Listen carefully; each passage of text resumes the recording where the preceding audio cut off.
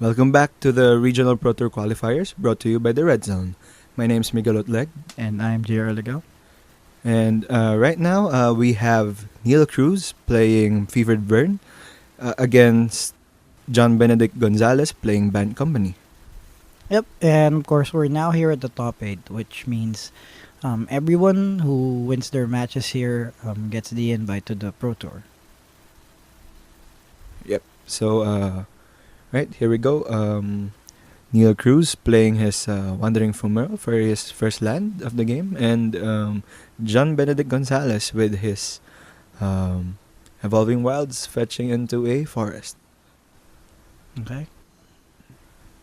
Right. So this matchup, the Band Company is slightly favored, although I think the Fevered Burn pilot can out tempo the Band Company player, provided right sequencing and good draws.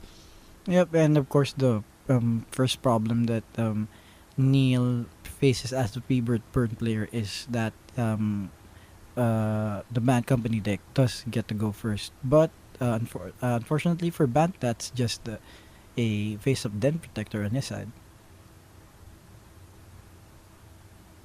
Yeah. And So a face up Den Protector isn't really what you want to be doing for your second turn as a Band Company player, but I think you'll take what you can get. Yep, and he is able to get rid of that Storm Chaser. He's 19, by the way, from that first attack, and Neil are also at 18, right? Yep. Right. So Declaration and Stone was a play, exiling the Storm Chaser Mage and netting Neil Cruz a clue. Yep. Incendiary Flow was the play from Neil, um, sending Den Protector to exile. Yep. It's I mean, Neil just going for the Den Protector though. Means slightly tells us that he doesn't have um enough cards at the moment to get Neil's life total down to zero, because otherwise, if you have the enough the resources already in hand to win the game, then you just not mind the Den Protector. Yeah, and that can also mean he doesn't have any win conditions at hand. By win conditions, meaning either Fevered Visions or one of the two drops in Thermal Alchemist or Storm Chaser Mage, or maybe even Thing in the Ice. Yep.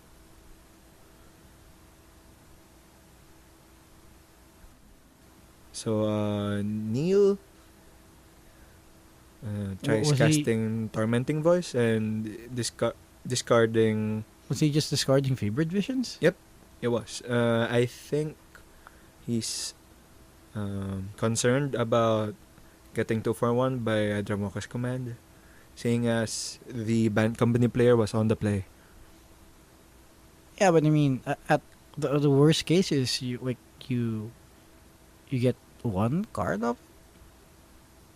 I mean, because it technically isn't a 2 for 1, because um John Benedict didn't have any creatures in play at the moment. So if he wanted to get rid of that fevered burn during that turn, then he would have had to um just use command to just have Neil sacrifice it. So it's either a 1 for 1, or Neil gets to draw a card off of it, which means it just replaces itself, right?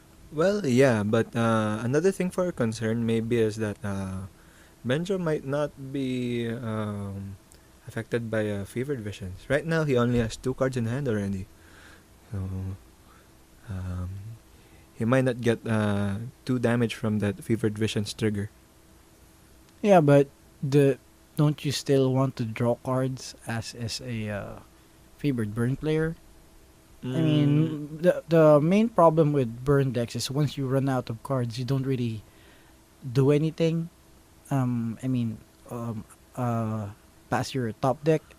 But with that extra card, I mean, it normally brings you over the top. But well, he just just I guess he just wanted to make sure Benjo also didn't draw. I mean, doesn't draw into things. But yeah, I guess that play was a bit debatable. But yep, either way, it works. yeah.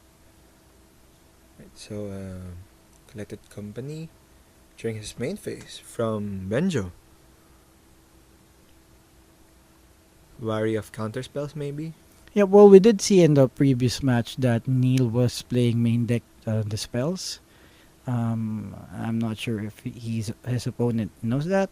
But I guess there was some scouting involved before this Well, match. So yeah, in the stock list, in the um, Pro Tour Pro Tour list by Pedro Carvalho, I think he had two main deck dispels. was this the thermo thing? Yes, it was the deck that went 9-1 in the constructed portion of the Pro Tour. I think the difference between Neil's deck and that deck is I, because we saw him using Goblin Dark Dwellers earlier. It might be. I mean, he might have replaced Sting in the Eyes with Dark Dwellers. Yeah, I think Neil Cruz does have that Goblin Dark Yes, Dwellers. and we haven't seen Sting in the Eyes in his deck. Yeah. So, I mean, that's if you had to make a guess, that seems like what he did. I think Goblin Dark Dwellers is an all-star in this matchup because um, it helps you have a win condition while um, helping you clear up the board. Yeah, or just recasting a burn spell that you need. I mean, either way, um, it's a card that either way it's a 2-for-1. So that is a thing. I guess the only difference with that and Thing in the Ice is I think Thing in the Ice could work slightly better against creature heavy decks. I'm not sure how it performs against the band deck though, because um, returning the band creatures to hand doesn't really. I mean, it works, but it's not really that good since the most of those things do have their come into play trigger. So Well, the thing about Thing in the Ice is that as long as the opponent doesn't have a Reflector Mage, it's very good at blocking purposes because it doesn't lend the Fevered Burn player into 2-for-1 situations out of Darmoka's command since it's a 0-4 body. And because it's big. yep. And Band Company is a lot of X3s. Yep. 2 3s in particular. And Yeah. it's it's also very nice um, to have the whole board Return. get Yeah. back to the Band Company's hand, Band Company player's hand, because the goal of the deck is essentially to just keep the board as non-lethal as possible so that you can um, oh wait I mean the goal of Fevered Burn is to keep the board as clean as possible while still being able to damage your opponent. Yeah. I mean, of course, that's what how because essentially it's a control deck with burn, right? I mean, control in the sense that not control like a permission deck, but sort of a creature control with winning with burn as well, right? Somewhat. Yep. You mostly point your burn spells to creatures because with things like Thermal Alchemist and Fevered Visions. It does do the job. Yeah. Yep. it deals unchecked damage. Yeah. Yeah, but Neil here obviously He gonna got 2 for 1 by Ojosex command, I guess. yeah, and he obviously will have a hard time dealing with that Sylvan Advocate now that Benjo is up to 7 lands. Yeah, and I think the only realistic removal spell for Neil at this point for that Sylvan Advocate is a Lightning Axe, which is actually most of the time a card disadvantage. Yep. And Neil also playing most of his lands. So, I mean, um, what you normally wanna do with these decks is hold back on playing some of the lands in case you draw into Collective Defiance. But But I think Neil playing all those lands signals that he had a lot to do during his turns. yeah, well he is tapped out for most of his turn. I guess he's doing that because he wants to make sure he wants to get the sanitarium activations in while still being able to cast cards. Or was he just casting everything? I think he was just casting everything. Okay. But that Gary Sanitarium application can also be a huge deal because a lot of the spells in the deck are 2 to 3 converted mana cost. Oh yeah.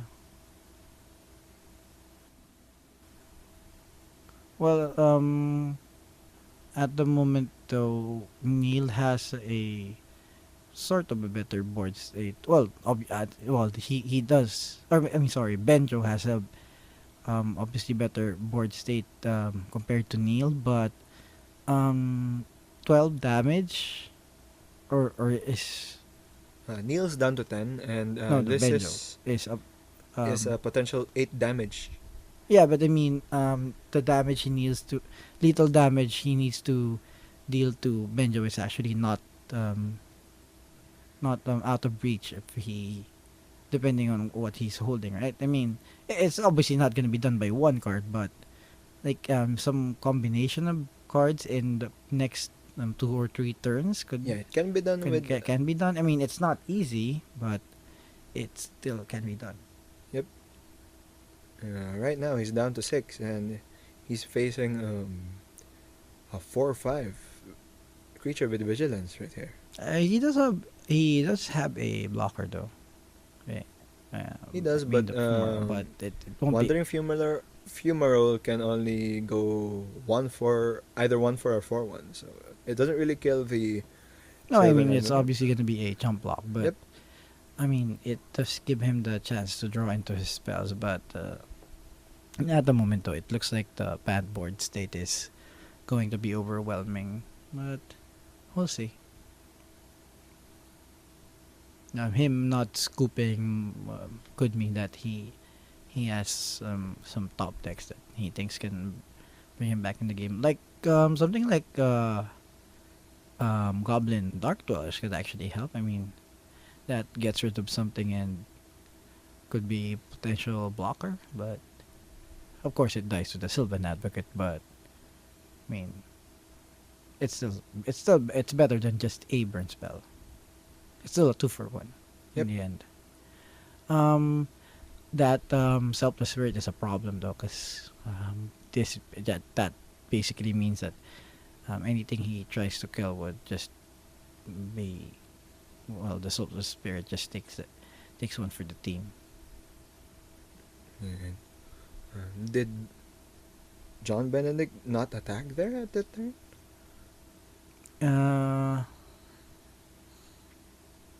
Or did he cast that Duskwatch Recruiter post combat? yeah, I think that's post. Okay. But Yes. wasn't the Sylvan Advocate ready for attacks? I think it was, right? Yeah. Or I think it might have been Because it's possible that Neil's just down to 2 and he just didn't indicate it in the life counters. We'll have that checked. So that's a Reflector Mage targeting the Storm Chaser Mage. Yep. And Yep. that's and- game 1. Okay, so how about our sideboard options here? Well, I think for Neil, he has I think he could board in additional copies of counter spells as well as additional copies of fiery impulses if he does. I think he has 4 pieces of galvanic bombardment in his sideboard. And I think given Selfless Spirit and Duskwatch Recruiter are in the deck, I think he's gonna be satisfied in putting all those 4. Yeah. Benjo, on the other hand, obviously has some sort of life gain card since this blue red burn deck is all the craze at the moment. Things they normally board in are, well, the tech cards that they normally board in are things like Lantern Scouts, right? Yep, and maybe additional copies of Ojutai's Command can help, Yeah. since it can both gain life and still net you a card. So Yeah, and obviously the retaining the main deck Jamoka's commands, because those things actually there's do help actually a lot. the Yeah, Galvanic yeah. Bombardment there. And that's you already took 3, right? Yep.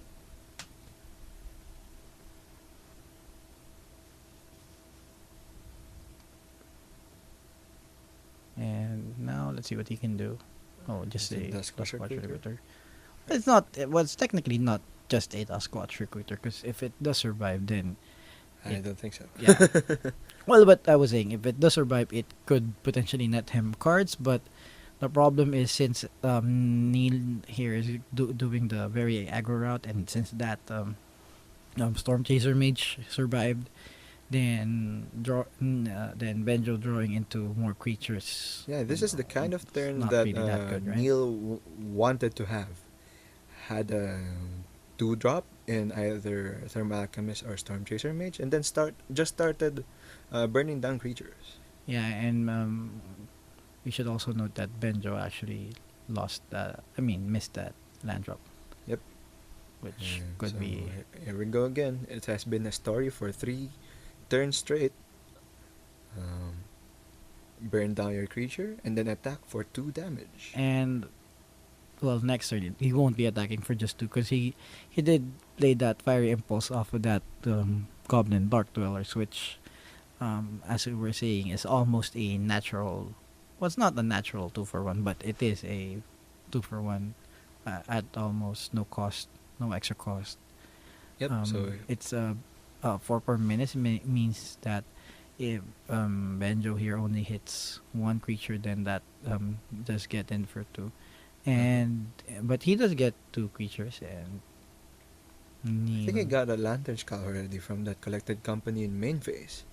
I Yeah. think he's respecting counter spells. Yeah, but the problem is that's not really the best drops at the moment, because Yep. he has like 5 mana and a bunch of cards in hand. I'm pretty sure he has. It's either he has nothing but lands, or he has something that will take care of that. And yep. Oh, but he just decides to take care of the recruiter. I guess I think he's that's thinking. another Oh, bench spell. there's Yep. another one. So that's 2 prowess triggers, attacking for 7 damage. Yeah. Down to 6. And I think this should be over soon, right? What could Benjo actually draw into? I think best thing he could do was play a collected company, but even if you do, what do you get? I mean, I guess, because even something like a Reflector Mage doesn't quite do the job, because Reflector Maging something with haste or that Dark Dwellers doesn't really seem like, like a good idea. Well, Declaration in Stone could have been a good play. Yeah, problem is if he had that, then he would have already done that. So he Right. does cast Well, here is Auditech a Command. um, Yeah, getting Auditech yourself a command. spirit, and I assume gaining 4. Yep.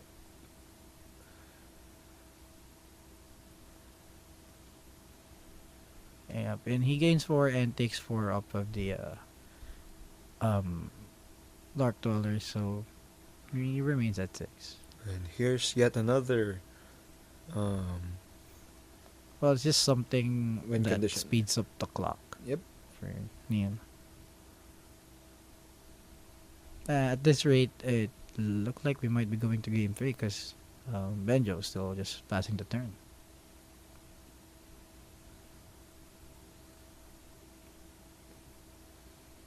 Was that? Yep, it's another Auditech command. I think it's the same play. Yeah. The exact same play. Yep, but the problem is that that's the same play that doesn't net him any new cards, and I mean he does this time he starts taking damage off of that Thermal Thermal Alchemist. Yep. Alchemist, yeah.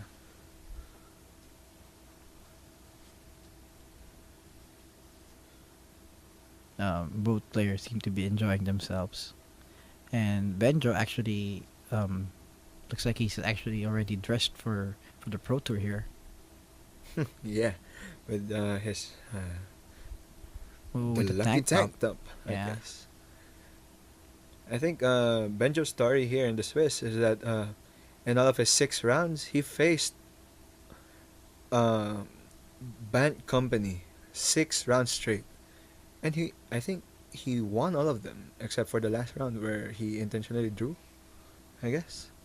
Yeah, and also believe that he also made this band deck tuned to beat other band decks, and that's with the expected meta from this tournament. That's normally what you want to do here, because you know that at the very least it's gonna be like 40% band, and in this case it's more than 50. But you know it. You should expect it. I mean, you could sacrifice some of the other matches for that, and that seems to be working for him.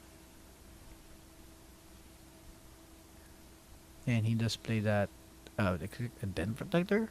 Yep. It's a morph and a Stealth Spirit. Yeah, and normally you want to play that Den Protector face down and keep mana up for it to bring back something. But in this case, he's okay with keeping it face up because he does have that Selfless Spirit to protect it with. Okay, so that's game 2. We're heading to game 3. Yeah, Benjo here just gonna die to that Dark Dwellers because it has menace anyway. So Yep. yeah. And that was a very quick game to it, and that's how the blue red deck works most of the time when it does work. So we'll see.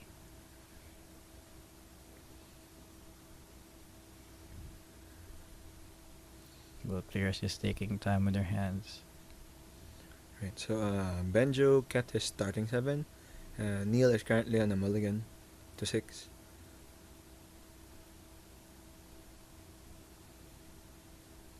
And you know, looking at the players here, you know that um they know each other because they're just having a good time here, even though, like, I mean, even with the pressure of this Pro Tour invite on the line. And for those of you who do not know, this Pro Tour invite actually comes with free flight. Yeah, it's So actually a free round trip ticket. yeah, to wherever the Pro Tour is, and in this case, it is Hawaii. So I mean, I guess everyone wants to go to Hawaii at one point, right? Yep. Yeah. So at the very least, you get your free vacation, and of course, a chance to win $40,000 in the Pro Tour. So I saw some copies of Fevered Visions in Neil's deck even after sideboarding on the draw. Do you think this is still a good card to have in your deck? I mean, because I know some people do side it out against ban, mainly because it performs very I mean, not very poorly, but kind of responds poorly to the Mocha's command, I guess. But I mean, it depends on what else is in Neil's sideboard, I guess. If there's nothing else that he thinks works here, then he could still go with the card. I mean, at the very least, he gets like he trades it for a Dromoka's command, I guess. Well, yeah, and I think he can just load it away with a Jace or Tormenting Voice or Collective Defiance. Well, and other technically, you cards. can loot anything away to Yep. to a loot effect, but that's not what you want cards to be in your deck for, right? I mean, Well, yeah, but I mean, if it's not already useful for you, then yeah, you just yeah, load it away. yeah, because I have seen this matchup play out. If you do the normal draw where you keep a hand with Fevered Visions turn 3, if that once that thing gets hit, I mean once that thing immediately gets hit by a Dromoka's command, you lose a lot of your momentum because you played a Storm Chaser Mage or a Thermo Alchemist turn 2 and that thing turn 3, and it just and Fevered Visions just gets sacrificed because of Dromoka's commands. You're really out of tempo. Well, yeah, and so we see here Reflector Mage on turn 3. So Jace getting stuck at Neil's hand for one turn, and he doesn't have a third turn play. Yeah, and here's what I was talking about. If you, for example, if you did have that Fevered Burn and played it on this turn, the only thing that gets you is an extra card. Well, technically it does replace itself, so it's not that bad, but not the best of things. Like, I mean, any other burn spell to get rid of that Reflector Mage could have worked better.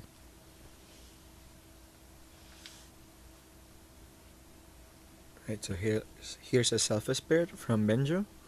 Which, at the very least, defends. I mean, keeps that Reflector Mage alive, and I guess Neil plays that in response. Yep. And he's putting that back because Neil's still deciding which card to discard to the Lightning Axe, and he just discards the Dark Dwellers. Yeah, I think he's kind of short of lands here. Yeah. I, either that or I guess because he doesn't have any good plays. I mean, sorcerer instant plays.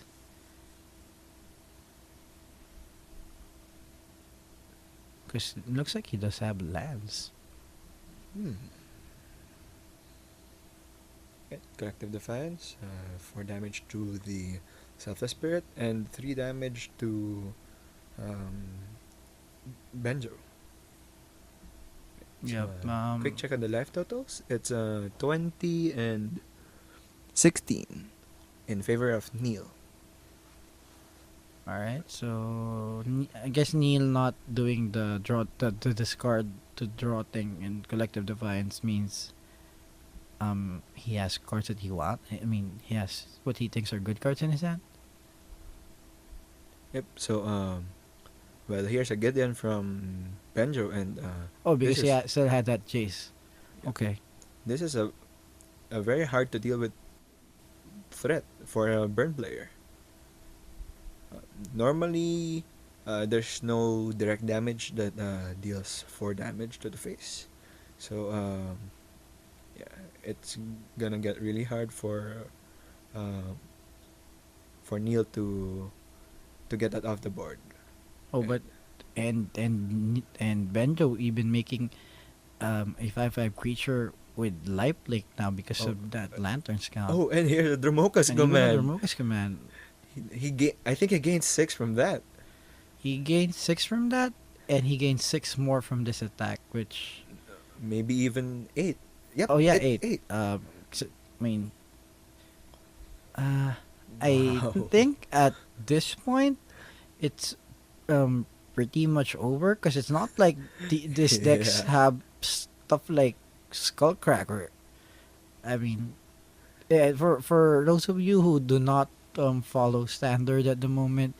Um, these decks don't really have anything that um, prevents life gain, Oh, right? and here's Bedlam Reveler from Neil. I think he really did switch to a control control plan after Yeah, but sideboarding. I think because Benjo is up to 30, even if he doesn't have an ally follow up, Gideon But can make another oh, and ally. here's a Sylvan Advocate. Well, there you go. There's your Well, ally.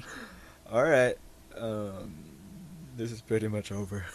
Yeah, and I was saying, even if he didn't have that ally, the worst thing that he could have done was make another ally. I guess from Gideon, and just keep gaining life, because the burn deck's not gonna do anything but attack your life totals, and if you just keep gaining like a minimum of 2 per turn, then that's still just gonna be game, right? Yep. And I guess I need here just um, checking how this plays out. Um, see, just wants to find out if there's anything at all that he can draw. But highly doubt it. Alright, here's another turn for Benjo. Here's another Sylvan Advocate, and Neil have seen enough. Congrats to Benjo for winning this game, and he officially gets an invite to Pro Tour Kaladesh. Yep. And news from our other tables, we have um, Fabian Lee, Chapman Sim, and Danny Seat, also all from Singapore, winning their Pro Tour invites. So that's it for our coverage here. Congratulations to Yep. our winners. Yep, and that's it for our coverage. Make sure to like and subscribe to our videos. If you like it, hit that like button. If you don't, hit that dislike button. And we'll see you in the next coverage. Bye bye.